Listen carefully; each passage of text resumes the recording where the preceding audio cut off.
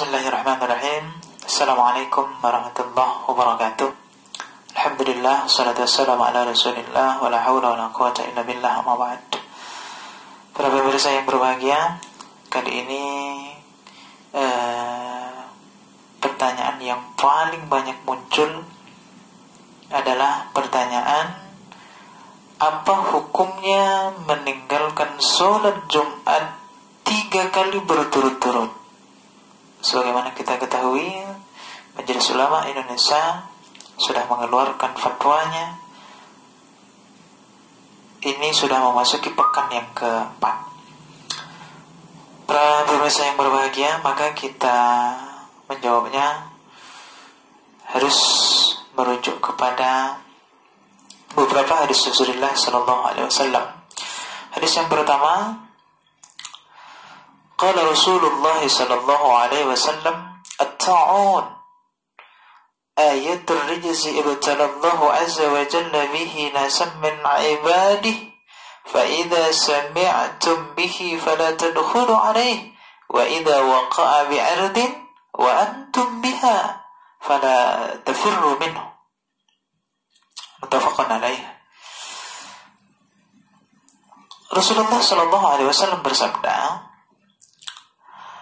ta'un atau wabah penyakit yang menular adalah suatu peringatan dari Allah Azza wa Jalla yang merupakan ujian untuk menguji hamba-hambanya dari kalangan manusia. Maka kata Rasul, fa idza sami'tum bihi fala tadkhulu alaihi, apabila kamu mendengar wabah itu terjangkit di suatu negeri, di suatu daerah, di suatu tempat, fala tadkhulu alaihi, jangan kamu masuk ke negeri itu, jangan kamu masuk ke daerah itu, jangan kamu masuk ke tempat itu. Wa idza waqa'a bi aradin wa antum biha fala tafirru minhu, dan apabila di suatu daerah tersebut, di suatu negeri tersebut, di suatu tempat tersebut terjangkit sebuah virus, terjangkit sebuah wabah, dan kamu berada di dalam daerah tersebut, berada di tempat itu, fala tafirru minhu, jangan kamu keluar, jangan kamu lari dari tempat itu. Itu hadis yang pertama. Ini artinya Rasulullah sallallahu alaihi wasallam menegaskan, apabila di suatu tempat itu terdapat wabah penyakit, terdapat virus yang mematikan, penularannya yang begitu dahsyat, maka jangan kita datang ke tempat itu. Dan sebaliknya, apabila kamu berada di tempat itu dan penyakit itu ada di tempat kita tersebut, jangan pula kamu keluar, jangan pula kalian lari dari tempat itu, karena dikhawatirkan kita terjangkit dan kita menjangkiti orang. Itu hadis yang pertama. Hadis yang kedua, Rasul menjelaskan,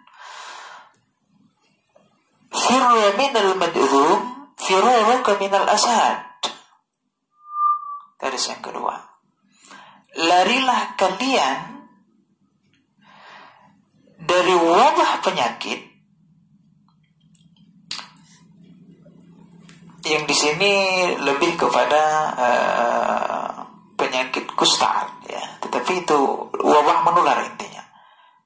Larilah kalian dari penyakit menular, wabah menular, firruka minal asad, seperti engkau lari dari singa. Jadi kalau kita ada wabah penyakit yang menular, maka dengan sekuat tenaga, dengan segala kemampuan yang ada, kita menghindarinya. Sebagaimana kita menghindar dari singa buas yang lepas dari kandangnya.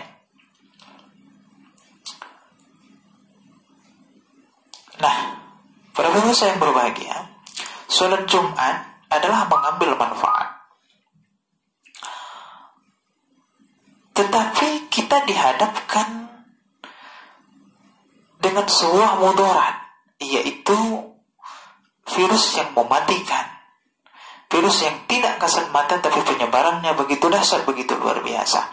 Nah, jika jika manfaat berhadapan dengan mudarat, maka kaidah fikihnya menyebutkan darul mafasid aula min jalbil masalih. Apa maksudnya? Menghindari atau menghilangkan mudarat itu lebih utama daripada mengambil sebuah manfaat, mengambil dari sebuah kemaslahatan. Ini artinya, jika kita dihadapkan sholat Jumat mengambil manfaat, tetapi di sisi lain kita menghadapi wabah penyakit virus yang mematikan, virus yang penyebarannya begitu luar biasa, ini berhadapan-hadapan, maka kaidah fikihnya kita lebih baik menghilangkan atau menghindari mudarat tersebut daripada kita mengejar manfaatnya. Itu lebih utama daripada kita memaksakan manfaat mengejar sholat Jumat, tetapi kita juga dihadapkan dengan virus yang mematikan. Dan rasanya tidak khusyuk juga kalau kita sholat, kalau kita ibadah, kalau kita sholat Jumat. Tetapi kita was-was. Tetapi kita rasanya ragu-ragu juga.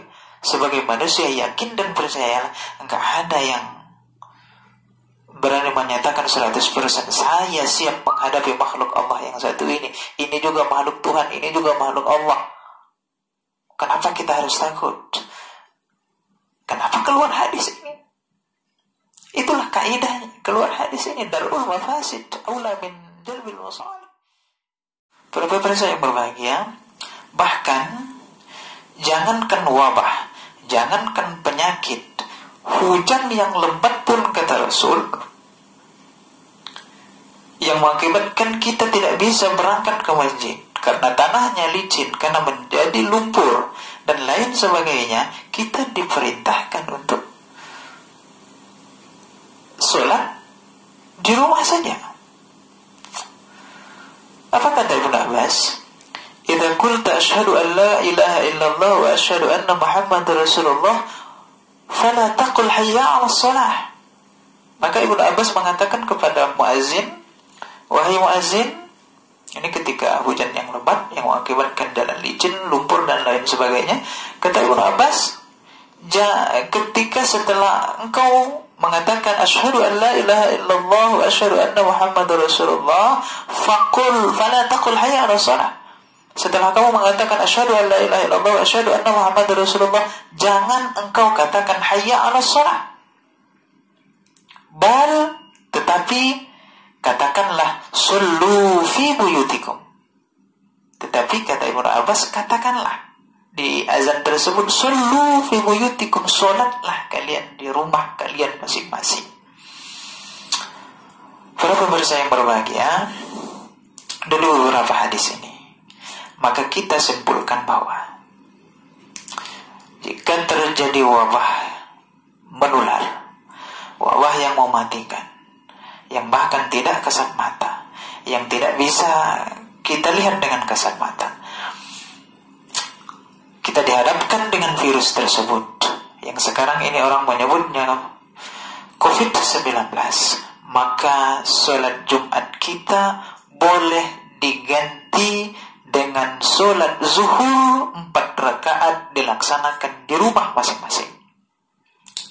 Bahkan MUI pun sudah mengeluarkan fatwanya, yaitu nomor 14 tahun 2020, terutama pada poin 4 yang menyatakan intinya bahwa apabila di suatu daerah tersebut, di suatu tempat tersebut, wabah penyakitnya begitu dahsyat penularannya, terdapat virus yang mematikan, maka kita diperbolehkan untuk mengganti sholat zuhur, mengganti sholat Jumat menjadi sholat zuhur di rumah dengan 4 rakaat. Maka dari itu, para pemirsa yang berbahagia, endingnya adalah kita tidak disebut dengan kafir, kita tidak disebut orang yang murtad keluar dari Islam karena kita meninggalkan sholat Jumat 3 kali berturut-turut. Kenapa? Karena ini adalah darurat. Para pemirsa yang berbahagia, demikian sedikit berbagi ilmu, mudah-mudahan bermanfaat bagi kita semua. Wabillahi taufiq wal hidayah. Assalamualaikum warahmatullahi wabarakatuh.